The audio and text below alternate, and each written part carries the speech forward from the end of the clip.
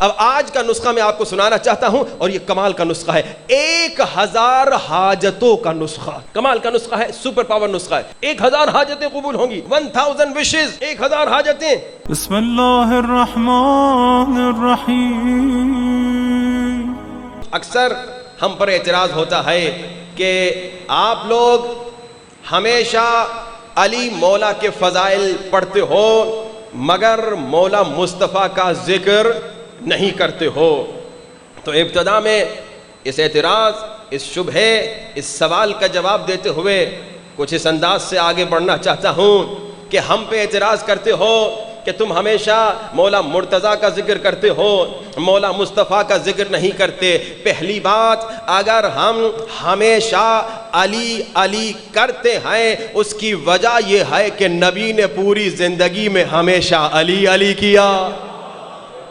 پہلی بات، اگر ہم ہمیشہ علی علی کرتے ہیں اس کی وجہ یہ ہے، یہ نبی کی سنت ہے، نبی نے ہمیشہ علی علی کیا۔ اچھا دوسری بات، مولا مصطفیٰ کا ذکر تم بھی کرتے ہو، ہم بھی کرتے ہیں، مگر مولا مرتضیٰ کا ذکر تم نہیں کرتے تو ہمیں کرنا پڑتا ہے۔ اور تیسری بات، ہم مولا مرتضیٰ کا ذکر اس لیے کرتے ہیں، خود مولا مصطفیٰ نے کہا زینوا مجالسکم بذکر علی ابن ابی طالب، لوگوں جب بھی جمع ہونا ذکر علی ضرور کرنا۔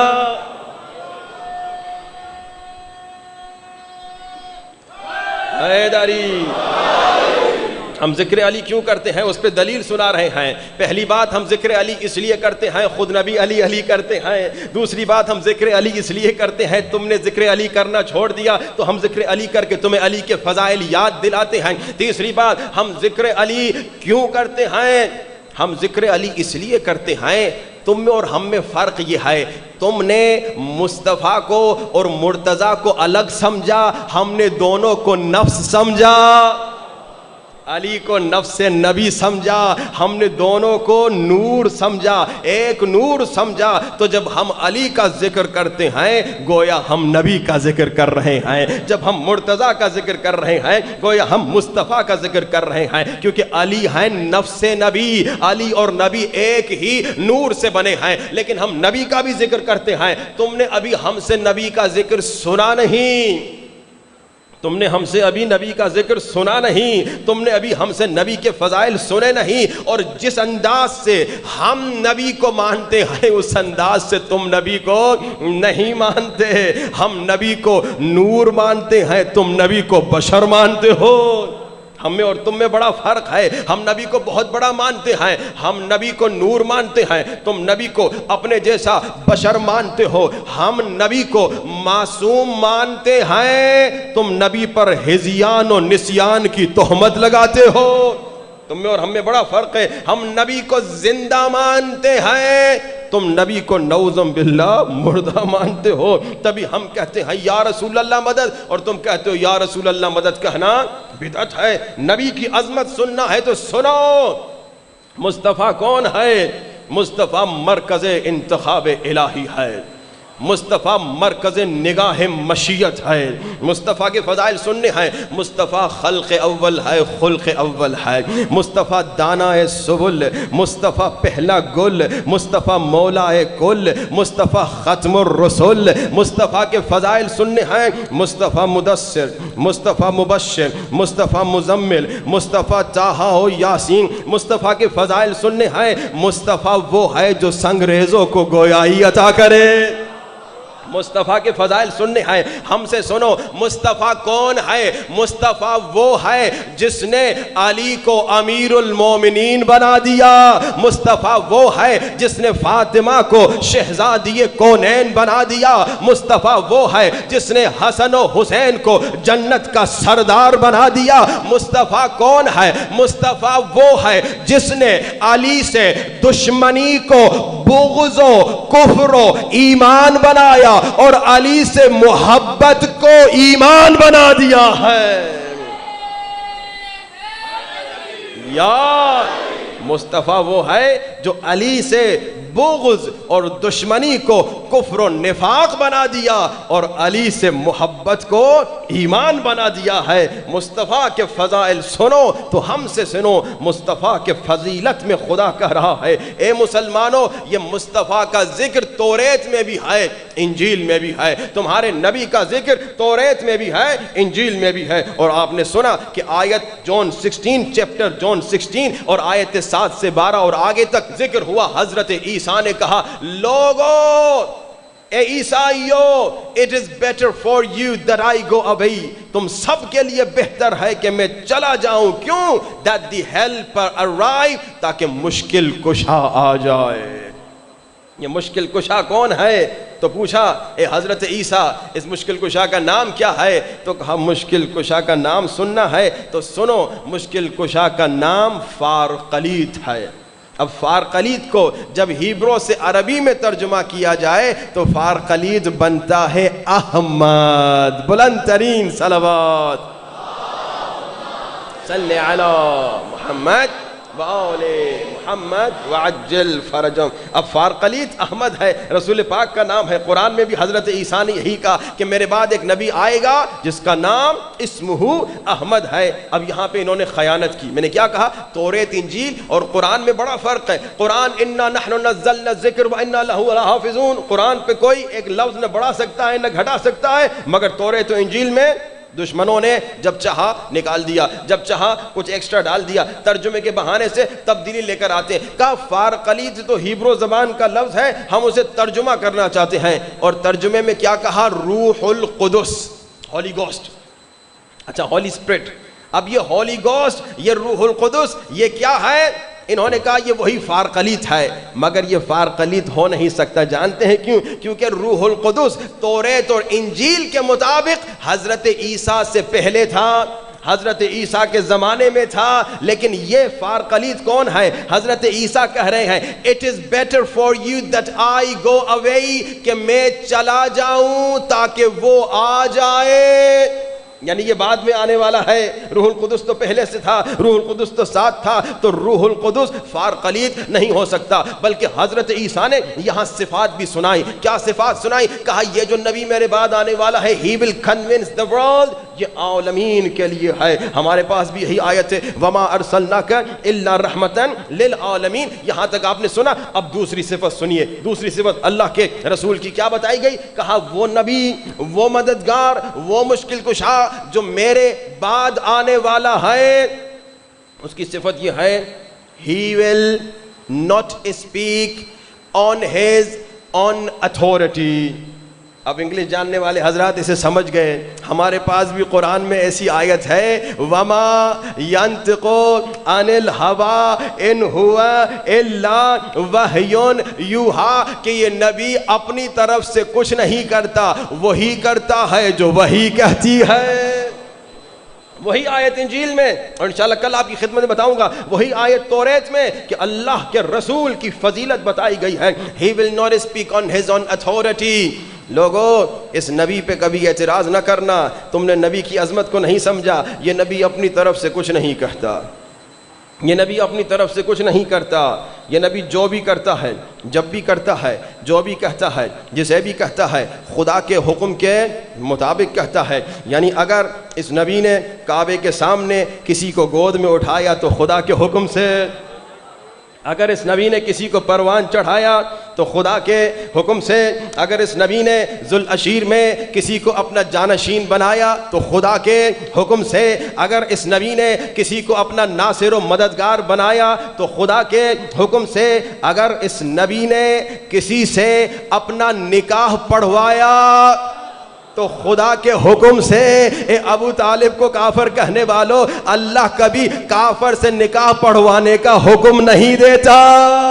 یہ نبی اپنی طرف سے کچھ نہیں کرتا، جو بھی کرتا ہے، جو بھی کہتا ہے، خدا کے حکم سے۔ اگر کسی کو نسانہ کا مصداق ٹھہرایا تو خدا کے حکم سے، اگر کسی کو اپنا انا میں شامل کیا تو خدا کے حکم سے، اگر کسی کو اپنا نفس قرار دیا تو خدا کے حکم سے، اگر کسی سے مودت کو اجر رسالت قرار دیا تو خدا کے حکم سے۔ توجہات کا طالب ہوں، اگر اس نبی نے کاغذ اور قلم مانگا تو تو خدا کے حکم سے اگر اس نبی نے کسی کو اپنی دربار سے نکالا تو خدا کے حکم سے. یہ نبی اپنی طرف سے کچھ نہیں کہتا, یہ نبی جو کہتا ہے خدا کے حکم سے کہتا ہے. اگر کسی کو مال قرآن کہا تو خدا کے حکم سے, اگر کسی کو مال حق کہا تو خدا کے حکم سے, اگر کسی کو باب العلم کہا تو خدا کے حکم سے, اور اگر کسی کے ہاتھوں کو بلند کر کے میدان غدیر خم میں جس کا میں مولا اس کا علی مولا کہا تو بھی خدا کے حکم سے.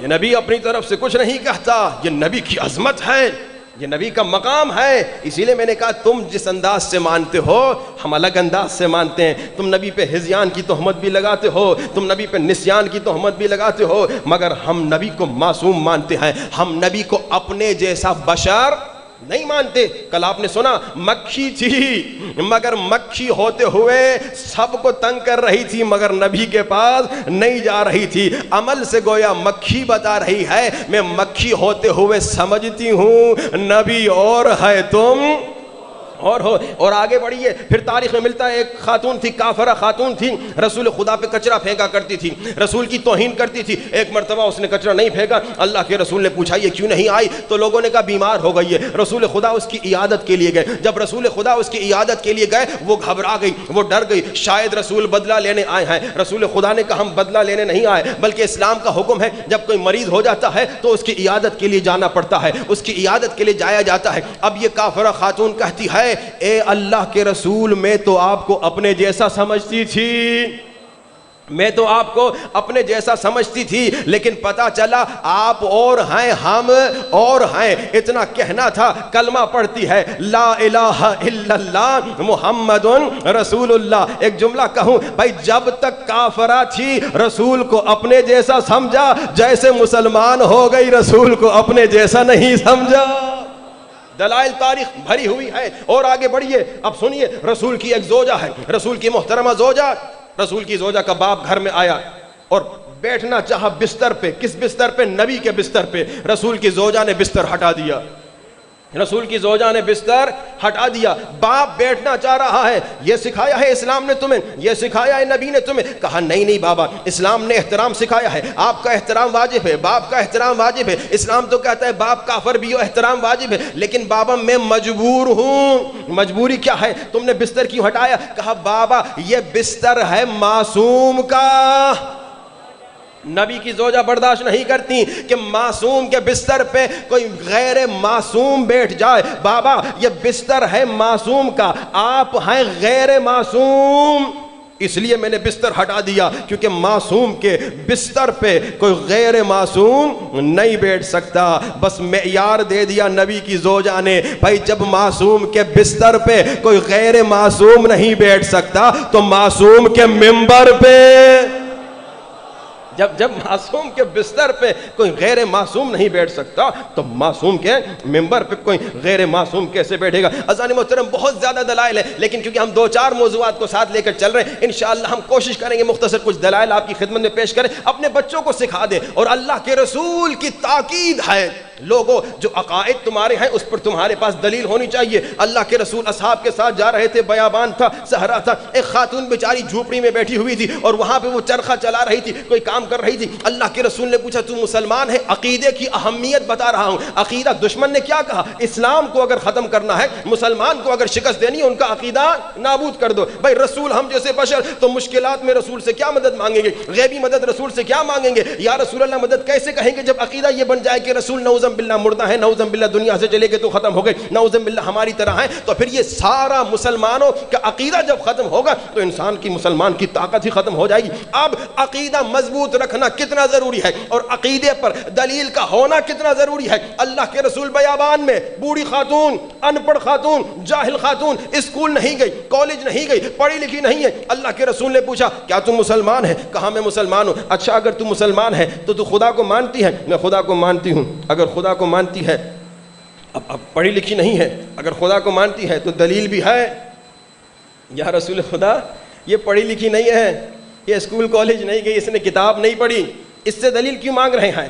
دلیل مانگ کر رسول خدا سمجھا رہے ہیں میں نبی تمہارا یہ پسند نہیں کرتا کہ تم کسی عقیدے پر دلیل نہ رکھو، ہر عقیدے پر دلیل ہونی چاہیے. جب ہر عقیدے پر دلیل رکھو گے، اپنے بچوں کو سکھاؤ گے تو کیا ہوگا؟ دشمن کی جب سازشیں آئیں گی تو آپ کا بچہ پھسلے گا نہیں بلکہ مضبوطی سے کھڑا رہے گا. میں نے آپ کو کل مثال دی، ایران کی کامیابی کا راز کیا تھا؟ ایران کے شیعوں کے کامیابی کا راز کیا تھا؟ مضبوط عقیدہ تھا.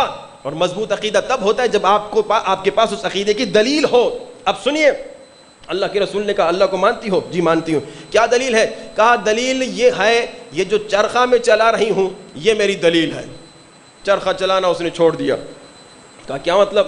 کہا یہ چرخہ یا رسول خدا میرے چلائے بغیر نہیں چلتا. اللہ کے رسول نے فرمایا ذرا ایکسپلین کرو، اصحاب بھی موجود ہیں وہ بھی سمجھ جائیں. کہا یا رسول خدا یہ چھوٹا سا چرخہ جب بغیر چلانے والے کے نہیں چلتا، یہ کائنات کا چرخہ بغیر خدا کے کیسے چلے گا؟ یہ چھوٹی سی سمپل سی دلیل. اب اگر آپ کے بچوں سے پوچھا جائے توحید پہ 2 دلیلیں دو، ونس آف گاڈ پہ 2 دلیلیں دو، نبوت پہ 2 دلیلیں دو، امامت پہ 2 دلیلیں دو، مولا علی کو خلیفہ بلا فصل مانتے ہو 2 دلیلیں دو، تو شاید بچہ بیچارہ سوچتا رہے. بچوں کو عقائد سکھائیے، بچوں کو ٹائم دیجئے. لیکن اب جب باپ بیچارہ خود نہیں جانتا، جب ماں بیچاری خود نہیں جانتی، تو پھر وہ بیچارے کیا دلیل دیں گے؟ تو لہٰذا ماں باپ پر ضروری ہے کہ خود بھی مطالعہ کریں اور پھر بچوں کو علمی دلائل دیں، علم ٹرانسفر کریں. اپنے بچوں کو تمام علمی دلائل، اسلام کی جتنی دلائل ہیں وہ پیش کریں. اب گفتگو کو آگے بڑھاتے ہیں. عقیدے کی اہمیت پہ آپ نے سنا کہ اللہ کے رسول نے تاکید کی کہ عقیدہ آپ کا مضبوط ہوگا. کب مضبوط ہوگا؟ جب آپ کے پاس دلیل ہوگی. اور ہمارا جب عقیدہ مضبوط ہو ہم امام زمانہ کے قریب ہوں گے. کمزور عقیدے والا امام سے دور ہوتا ہے. اور دوسری سازش کیا تھی؟ مسلمانوں کے اخلاق کو ختم کر دو. آج یہ پاکستان کیا ہے؟ اسلامی ملک ہے، لیکن مجھے ذرا دکھائیے اسلام کہاں نظر آتا ہے؟ یہ جو مجلسیں یہاں ہوتی ہیں وہ تو کینیڈا امریکہ میں بھی ہو رہی ہیں. یہ جو جلوس یہاں پہ ہوتے ہیں وہ تو کینیڈا امریکہ میں بھی ہوتے ہیں. یہاں اسلام مجھے دکھائیے. یہاں بے حجابی، یہاں برائی، یہاں بے غیرتی، یہاں پہ تمام برائیاں، یہاں پہ رشوت. یہ کیا ہے؟ یعنی اخلاق ہمارا بالکل ختم ہو چکا ہے. یہاں پہ جوان نعوذ باللہ غلط فلمیں دیکھ رہے ہوتے ہیں. یہاں کے ڈراموں کا حال دیکھیے، فحشا پھیل رہا ہے. یہ اسلامی ملک ہے، دشمن کی سازش ہے. عقائد بگاڑ دو، اخلاق ختم کر دو، وہ قوم تباہ ہو جائے گی. آج دیکھیے یہاں پاکستان میں وہی سارے کام ہو رہے ہیں جو انگلینڈ امریکہ میں ہوتے ہیں. اور جناب پھر وہاں پہ کچھ خوبیاں ہیں جو یہاں پر نہیں ہیں. وہاں پہ سوشل سیکیورٹی ہے، غریبوں کو مدد ملتی ہے. یہاں بیچارے غریب کو حکومت کوئی مدد نہیں کرتی. وہاں پہ ایسا نہیں ہے کہ کسی ایک علاقے کا راستہ بند کر دیا جائے اور راستے میں بہت سارے ظالم آ کے قتل کرتے جائیں بیچارے مظلوموں کو. یہاں پہ ایسا ہو رہا ہے، بیچارے پارا چنار والوں کا راستہ بند ہو گیا اور راستے میں ہر ظالم اٹھ کے بچوں کو بھی مار رہا ہے، خواتین کو بھی مار رہا ہے، مظلوموں پہ ظلم کر رہا ہے. وہاں پہ اگر 10,000 برائیاں ہیں، 1-2 خوبیاں تو ہیں. یہاں پہ وہ ساری 10,000 برائیاں یورپ امریکہ کی آ گئیں. 1-2 ان کی خوبیاں جو تھی وہ بھی تو لے لو، اور وہ خوبیاں جو انہوں نے لی ہیں وہ اسلام سے لی ہیں. یہ سوشل سیکیورٹی کا سسٹم کہ ہر غریب کو مدد کرو، اگر کسی کی نوکری ختم ہو گئی تو اس کی مدد کرو، یہ اسلام کا سسٹم ہے، یہ مولا علی کا سسٹم ہے. ایک عالم دین کا واقعہ ہے. ایک شخص آیا اس عالم دین کے پاس، کہا مولانا فلاں آدمی چور ہے، فلاں آدمی چور ہے، اور وہ تھا بھی چور. مولوی صاحب نے کہا فلاں آدمی چور ہے تو کیا تو چور نہیں؟ وہ بیچارہ چپ ہو گیا. وہ شریف آدمی تھا، چور نہیں تھا. کہا مولانا میں چور نہیں ہوں، آپ مجھے چور کیوں کہہ رہے ہیں؟ مولانا صاحب نے کہا تم اسے چور کہہ رہے ہو، یعنی اس کا عیب دیکھ رہے ہو، اپنی چوری تمہیں نظر نہیں آ رہی. اس نے کہا مولانا میں نے کبھی چوری نہیں کی. مولانا صاحب نے کہا آج تک کیا تم نے نماز فجر کبھی قضا نہیں کی؟ اس نے کہا مولانا نماز فجر تو مشکل سے پڑھی جاتی ہے، اکثر قضا ہو جاتی ہے. کہا یعنی تو نماز فجر اللہ سے چوری کر رہا ہے، تو خود بڑا چور ہے، تو اپنے عیب کو نہیں دیکھ رہا اور اس چور کی چوری تمہیں نظر آ رہی ہے. جب انسان محاسبہ کرے گا تو اپنے عیب دیکھے گا، جب اپنے عیب دیکھے گا غرور ٹوٹے گا، جب غرور ٹوٹے گا اب دوسروں کے عیبوں کو تلاش نہیں کرے گا. اور یاد رکھیے اپنے بچوں کو بھی سکھا دیجئے. جب آپ بچوں کو پیسے دیتے ہیں نا پاکٹ منی، ان کو بچپن سے ٹریننگ دیجئے. بیٹا حساب کتاب دینا، صبح آپ نے 100 روپیہ بچے کو دیا، رات کو پوچھی بیٹا 100 روپیہ کہاں خرچ کیا. یہ حساب و کتاب کی ٹریننگ دیجئے بچوں کو. ٹائم کا بھی بچوں سے حساب کتاب لیجئے. بیٹا صبح 8 بجے تم اٹھے ہو، رات 10 بجے سونے جا رہے ہو، سونے سے پہلے بیڈ ٹائم اسٹوریز کی وجہ بیٹے کو محاسبہ سکھاؤ. بیٹا صبح 8 سے لے کے رات کے 10 بجے تک تم نے ٹائم کہاں کہاں گزارا. کتنے گھنٹے قرآن پڑھا، کتنے گھنٹے نماز پڑھی، کتنے گھنٹے مجلس میں لگا اور کتنے گھنٹے گیم میں اور بیکار کے کاموں میں لگا. یہ حساب و کتاب ماں باپ پر واجب ہے. بچوں سے لیں تاکہ ایک تو بچوں کو ٹریننگ ہو جائے اور بچپنے سے بچوں کو گائیڈ کریں کہ بیٹا یہ غلط کام ہے، اسے چھوڑ دو. کیونکہ بچہ جو ہے جس طرح سے اسے سکھاؤ گے اسی طرح آگے بڑھتا ہے. انشاءاللہ اللہ ہمیں توفیق دے ہم محاسبہ کریں. اب آج کا میں ایک اور نسخہ آپ کو بتاؤں اور زحمت تمام کمال کا نسخہ ہے، سپر پاور نسخہ ہے. اب آج کا نسخہ میں آپ کو سنانا چاہتا ہوں اور یہ کمال کا نسخہ ہے. 1000 حاجتوں کا نسخہ. 1000 حاجتیں اور یہ آپ کے بینیفٹ. اس پہ کوئی وعدہ نہیں لوں گا، آپ کی مرضی کریں تو کریں، نہ کرنا چاہے تو نہ کریں. لیکن یہ جتنے نسخے میں آپ کو بتا رہا ہوں اس میں شرط یہ ہے کہ آپ اپنے اعضاء 7 آرگنز کو گناہ سے دور رکھیں. اگر آنکھ سے گناہ ہو رہا ہے، زبان سے گناہ ہو رہا ہے، کان سے گناہ ہو رہا ہے اور ان نسخوں پہ عمل کر رہے ہیں، پھر آپ کی دعائیں قبول نہیں ہوں گی. ہاں اگر آپ نے 7 آرگنز کو گناہ سے دور رکھا اور ان نسخوں پہ عمل کیا، یہ حضرت خضر کا نسخہ ہے. 1000 حاجتوں کی نماز، 1000 حاجتیں قبول ہوں گی. 1000 وشز، 1000 حاجتیں. لیکن شرط کیا ہے اس میں؟ ایک سب سے بڑی شرط یہ کہ آپ گناہ سے دور ہوں. لیکن اس نسخے کے لیے جس پہ ایمفسائز کیا جاتا ہے کہ آنکھوں سے کوئی گناہ نہ ہو، شکم میں کوئی حرام نہ ہو، یعنی کسی نامحرم کو حرام لذت سے نہ دیکھنا، کوئی تصویر حرام کی نہ دیکھنا، کوئی فلم کوئی ویڈیو حرام کی نہ دیکھنا، اور پیٹ میں لقمہ حرام نہ ہو. اب آپ کہیں گے مولانا یہاں سور تو ملتا نہیں ہے تو ہم تو حلال ہی کھاتے. نہیں، کبھی کبھار ہوتا کیا ہے تم خریدتے حلال مرغی ہو لیکن رشوت کے پیسے سے، ظلم کے پیسے سے، بہن کا حق کھا کے اس پیسے سے تم نے مرغی حلال خریدی. یہ حلال نہیں بنی، یہ حرام ہے. خمس نہیں دیا تم نے اور حلال مرغی خرید لی، یہ حلال نہیں کھا رہے، حرام کھا رہے ہو. امام کا مال چوری کر رہے ہو. تو خیال رکھیے گا صرف سور کا کھانا حرام نہیں، رشوت کے پیسے سے کھانا حرام ہے. بہن کا حق آپ نے کھایا، بھائی کا حق آپ نے کھایا اور اس پیسے سے حلال مرغی بھی خریدی، یہ بھی حرام کاؤنٹ ہوگا. یہ 2 بڑی شرطیں ہیں. لیکن اوورآل ہر نسخے میں یہ ہے کہ 7 اعضاء گناہ سے پاک ہوں. اب کیا نسخہ ہے؟ 2 رکعت نماز، نماز فجر کی طرح. پہلی رکعت میں سورہ الحمد اور 10 مرتبہ سورہ کافرون. 1000 حاجتوں کا نسخہ سنا رہا ہوں. پہلی 2 رکعت نماز، پہلی رکعت میں، اور بہترین وقت نماز شب کا وقت ہے، کسی بھی ٹائم پڑھ سکتے ہیں. پہلی رکعت میں الحمد اور 10 مرتبہ سورہ کافرون. دوسری رکعت میں الحمد اور 10 مرتبہ سورہ قل هو اللہ احد، سورہ توحید. یہ ہو گیا. باقی نماز نارمل.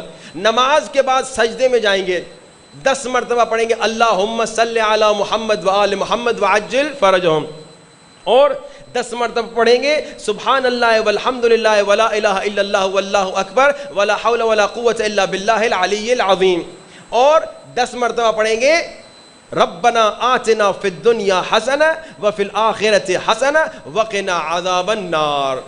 بہت آسان سا نسخہ ہے، اس پہ عمل کیجئے. آج آپ کو ایک دنیاوی جسم کی بیماری کا بھی ایک نسخہ بتا دوں، کیونکہ ہم نفس کی بیماری پہ گفتگو کر رہے ہیں، یہ بھی سنتے جائیے. اکثر بیچارے بلڈ پریشر کے مریض ہوتے ہیں، اس کا پریکوشن بہترین نسخہ ہے. ہر روز آپ 3 دانہ لہسن کے کھائیے. اس کے علاوہ سیب کا سرکہ تھوڑا سا استعمال کیجیے. اگر معدے کی تکلیف کم ہے تو 1 چمچ روزانہ، اگر معدے کی تکلیف زیادہ ہے تو اس کو تھوڑا کم کر لیں. اور اس کے علاوہ کیا کریں؟ انار کا پیسٹ، رب انار، یہ بہت اچھا مفید رہتا ہے، یہ استعمال کریں تو بلڈ پریشر انشاءاللہ وہ لیول میں رہے گا.